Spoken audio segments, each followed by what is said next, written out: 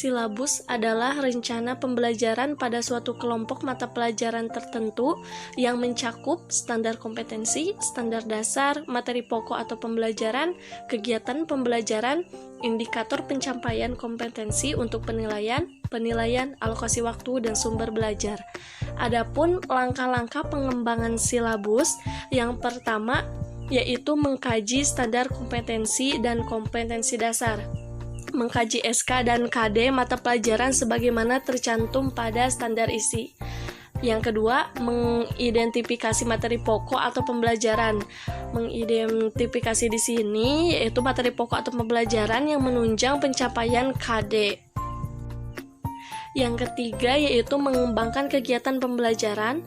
Yang keempat, merumuskan indikator pencapaian kompetensi. Indikator merupakan penanda pencapaian kompetensi dasar. Indikator digunakan sebagai dasar untuk menyusun alat penilaian. Yang kelima, menentukan jenis penilaian. Penilaian pencapaian kompetensi dasar siswa dilakukan berdasarkan indikator. Penilaian dilakukan dengan menggunakan tes dalam bentuk tertulis. Dan yang terakhir yaitu menentukan alokasi waktu. Penentuan alokasi waktu pada setiap KD didasarkan pada jumlah minggu efektif dan alokasi waktu mata pelajaran per minggu. Alokasi waktu merupakan perkiraan waktu rata untuk menguasai KD yang dibutuhkan oleh siswa yang beragam.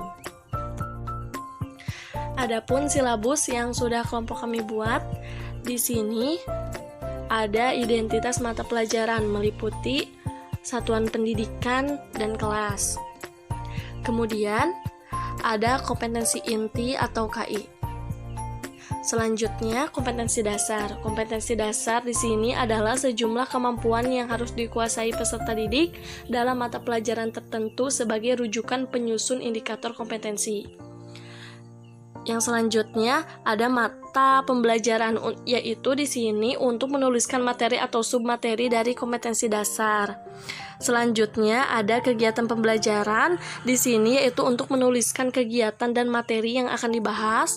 Dan selanjutnya ada integrasi AIK, yaitu untuk menuliskan ayat Al-Quran yang berkaitan dengan materi tersebut. Selanjutnya di sini ada RPP atau rencana pelaksanaan pembelajaran. RPP adalah rencana yang menggambarkan prosedur dan perorganisasian pembelajaran untuk mencapai satu kompetensi dasar yang ditetapkan dalam standar isi dan dijabarkan dalam silabus.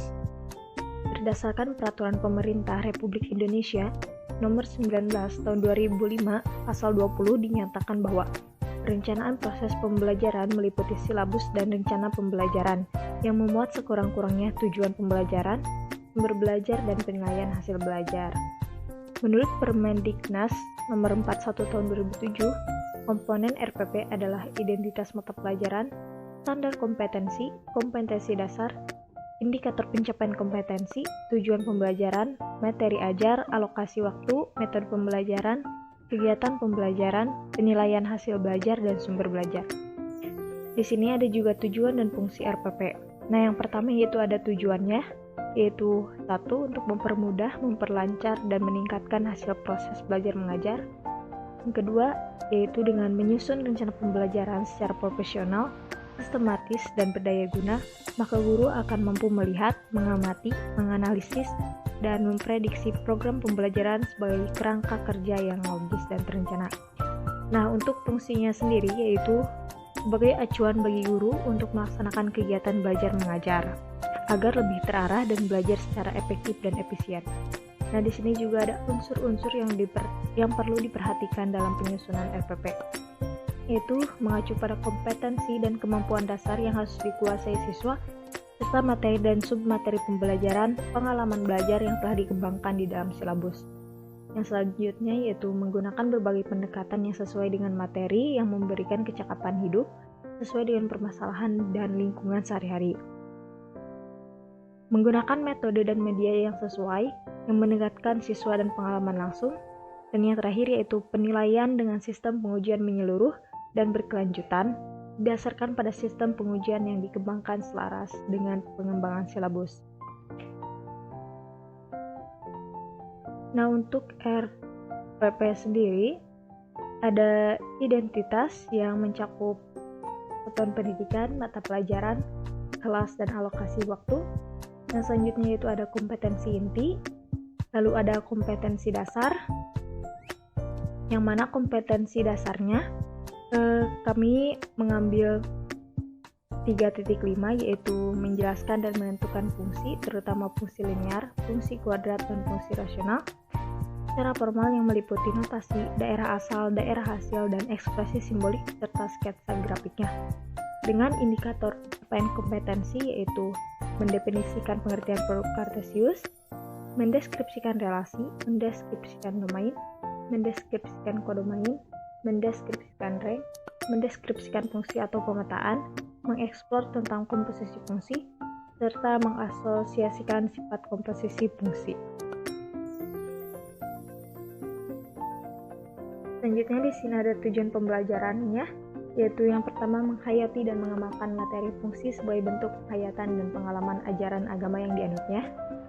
Yang kedua yaitu menguasai materi fungsi dengan menunjukkan perilaku jujur, disiplin, tanggung jawab, peduli, santun, responsif, dan proaktif, dan menunjukkan sikap sebagai bagian dari solusi atas berbagai permasalahan dalam berinteraksi secara efektif dengan lingkungan sosial dan alam, serta dalam menempatkan diri sebagai cerminan bangsa dalam pergaulan dunia.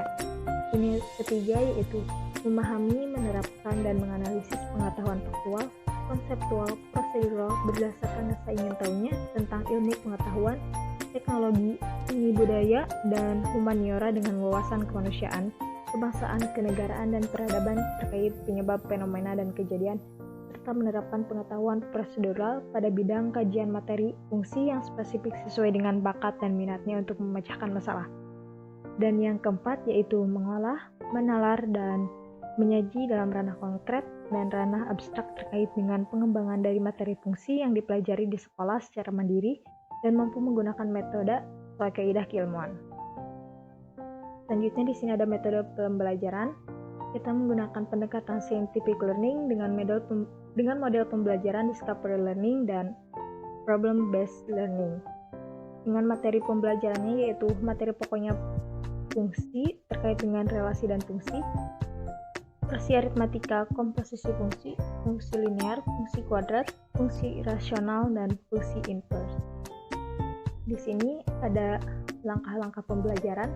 Yang pertama yaitu ada kegiatan pendahuluan di mana guru melakukan orientasi yang terdiri salam pembuka, memeriksa kehadiran, dan menyiapkan fisik dan psikis peserta didik dalam mengawali kegiatan pembelajaran. Yang selanjutnya ada apresiasi dan motivasi. Selanjutnya di sini ada kegiatan inti. Di kegiatan inti ini ada sintak model pembelajaran dan kegiatan pembelajaran. Yang pertama yaitu ada simulation atau pemberian rangsangan, yaitu peserta didik diberi motivasi atau rangsangan untuk memusatkan perhatian pada topik materi relasi dengan cara melihat, mengamati, membaca, mendengar, menyimak, serta menulis. Yang kedua yaitu ada data collection atau pengumpulan data, di mana peserta didik mengumpulkan informasi yang relevan untuk menjawab pertanyaan yang telah diidentifikasikan melalui kegiatan mengamati objek atau kejadian, membaca sumber lain selain buku teks, aktivitas, wawancara atau tanya jawab dengan narasumber. Dan di sini juga ada collaboration atau kerjasama, yang dimana peserta didik dibentuk dalam beberapa kelompok untuk mendiskusikan, mempresentasikan ulang, dan saling tukar informasi tentang materi. Yang selanjutnya yaitu ada data processing atau pengolahan data, di mana peserta didik dalam kelompoknya berdiskusi mengolah data hasil pengamatan dengan cara berdiskusi tentang data dari materi dan mengolah informasi dari materi yang telah diajarkan.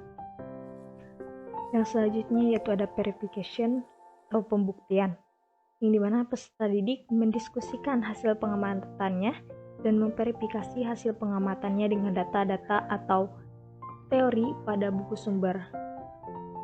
Yang selanjutnya yaitu ada generation, yaitu menarik kesimpulan, yang dimana peserta didik berdiskusi untuk menyimpulkan dengan menyampaikan dan mempresentasikan. Yang selanjutnya yaitu ada kreativitas, yang dimana Dik menyimpulkan tentang poin-poin penting yang muncul dalam kegiatan pembelajaran, menjawab pertanyaan tentang materi relasi yang terdapat pada buku peserta didik, bertanya tentang hal-hal yang belum dipahaminya, dan menyelesaikan uji kompetensi. Dan kegiatan yang terakhirnya yaitu ada kegiatan penutup, yang dimana peserta didik membuat resume dengan bimbingan guru,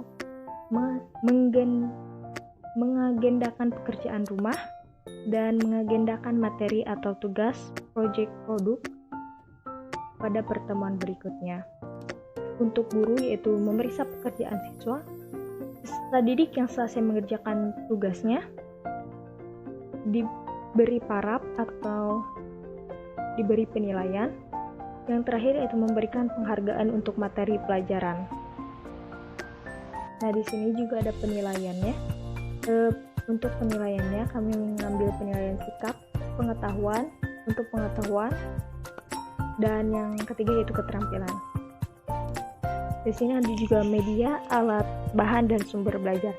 Untuk medianya yaitu ada worksheet atau lembar kerja, lembar penilaian, penggaris, spidol, papan tulis, laptop dan infocus, audio cetak, kaset atau CD audio yang dilengkapi dengan teks, objek fisik seperti benda nyata, model, dan spesimen, ada komputer, dan ada cetak yang meliputi buku, modul, brosur, leaflet, dan gambar.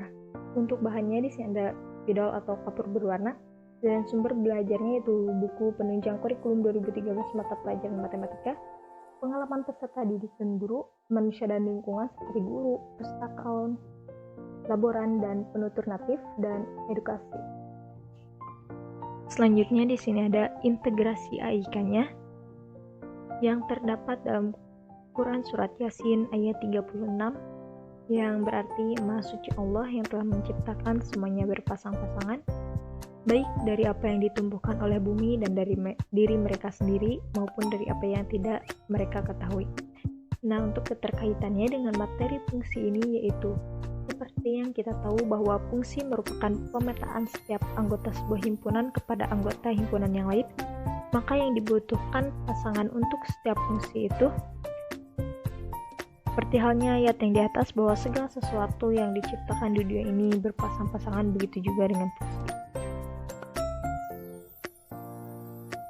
Untuk selanjutnya ada lembar pengamatan, penilaian sikap, penilaian observasi, di mana di dalam penilaian sikap ini ada 3 indikator. Yang pertama, indikator sikap aktif dalam pembelajaran, 2 indikator sikap bekerja sama dalam kegiatan kelompok, dan 3 indikator sikap toleran terhadap proses pemecahan masalah yang berbeda dan kreatif, di mana dari ketiga indikator tersebut mempunyai kriteria penilaian yang sama, yaitu ketika siswa mendapatkan nilai 1 sama dengan kurang baik, 2 sama dengan cukup, 3 sama dengan baik, 4 sama dengan sangat baik.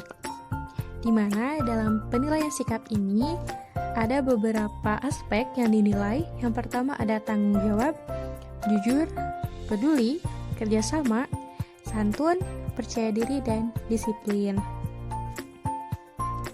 Untuk selanjutnya ada penilaian sikap dari observasi pada kegiatan praktikum. Nah, di mana di sini ada beberapa aspek yang dinilai, yaitu ada peduli, tanggung jawab, kerjasama, teliti, kreatif, dan peduli lingkungan. Di mana dari ke-6 aspek tersebut diisi sesuai dengan kriteria yang sama seperti sebelumnya. Di mana ketika mendapatkan nilai 1 itu sama dengan kurang baik, 2 sama dengan cukup, 3 sama dengan baik, dan 4 sama dengan sangat baik.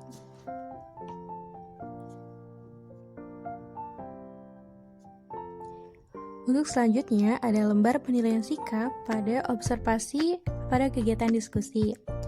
Nah, di sini sama, ada 4 aspek yang dinilai, yaitu ada kerjasama, rasa ingin tahu, santun, dan komunikatif. Nah, ini pun sama, diisi sesuai dengan kriteria sebagai berikut, dimana ketika mendapatkan nilai 1 itu sama dengan kurang, 2 cukup, 3 baik, dan 4 sangat baik. Selanjutnya ada lembar penilaian pengetahuan tertulis atau bentuknya itu uraian. Di sini ada soal uraiannya, diketahui fungsi f(x) sama dengan x ditambah 3 dan gx sama dengan x pangkat 2 dikurangi 9. Tentukanlah fungsi-fungsi berikut dan tentukan pula daerah asalnya. Dimana di sini ada 4 soal dan masing-masing soal mempunyai skor yang sama, yaitu 25 skor. Jadi ketika siswa menjawab nomor 1 benar, maka siswa mendapatkan nilai 25 skor. Jadi ketika siswa mendapatkan nilai semua dari nomor 1 sampai nomor 4 benar, maka siswa mendapatkan nilai skornya itu 100. Nah, untuk mengetahui nilai siswanya itu, yang pertama nilainya itu sama dengan jumlah skor dibagi 4 dikali 100, maka nanti akan ketemu hasil dari nilai siswa tersebut.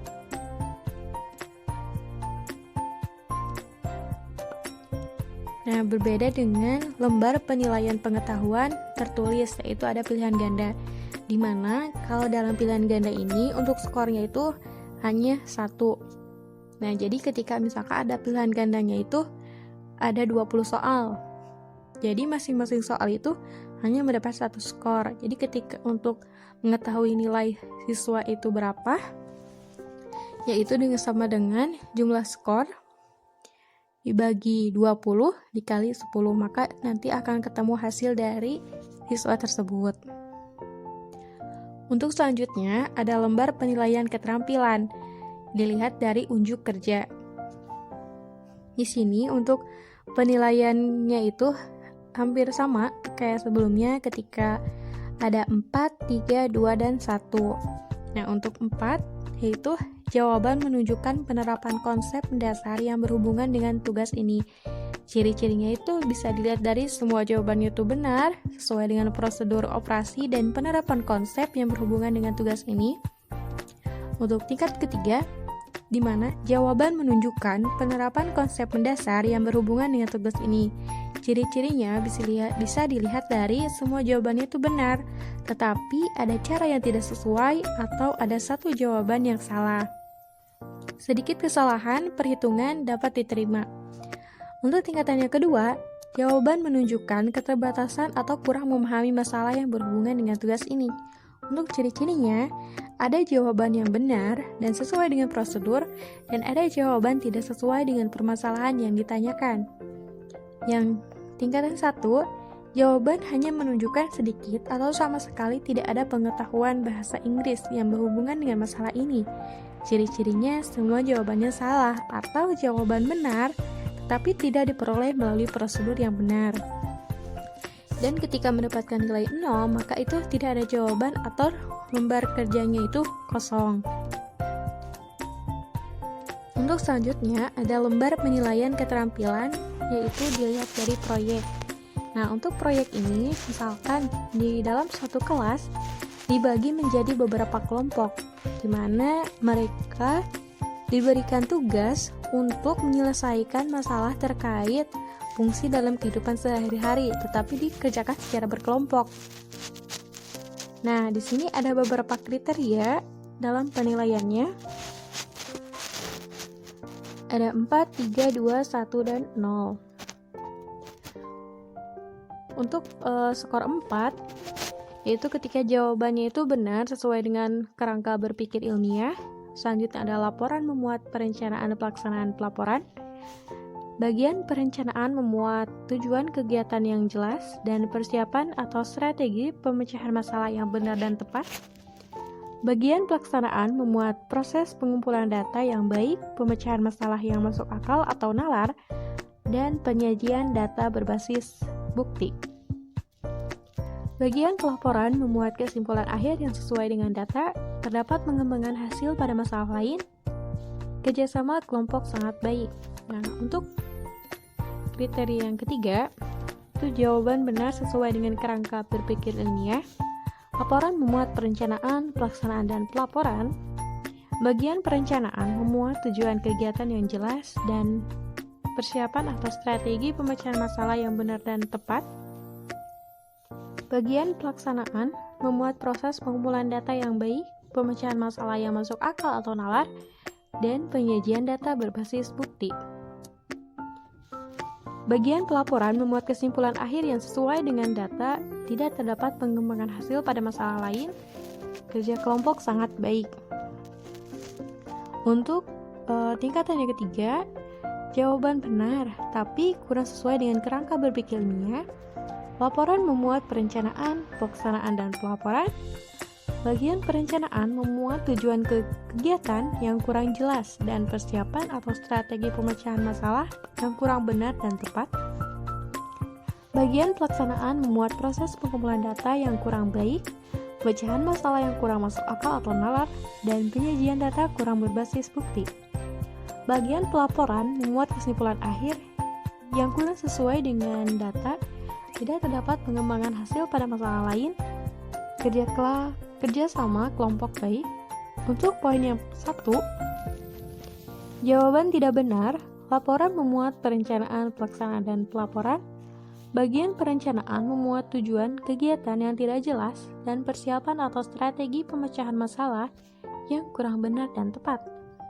Bagian pelaksanaan memuat proses pengumpulan data yang kurang baik, pemecahan masalah yang kurang masuk akal atau nalar, dan penyajian data yang tidak berbasis bukti. Bagian pelaporan memuat kesimpulan akhir yang tidak sesuai dengan data, tidak terdapat pengembangan hasil pada masalah lain, dan kerjasama kelompok kurang baik. Untuk nilai 0, tidak melakukan tugas proyek.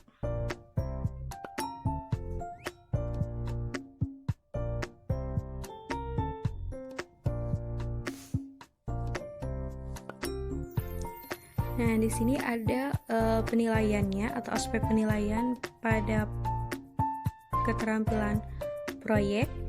Ada 3. Yang pertama ada perencanaan bahan, 2 proses pembuatan, meliputi alat dan bahan, teknik pengolahan, K3 yaitu keamanan, keselamatan, dan kebersihan. Dan yang ketiga ada hasil produk, bentuk fisik, bahan, warna, dan pewangi. Hanya itu yang bisa kelompok kami sampaikan. Kurang lebihnya mohon dimaafkan. Wabillahi taufiq wal hidayah. Wassalamualaikum warahmatullahi wabarakatuh.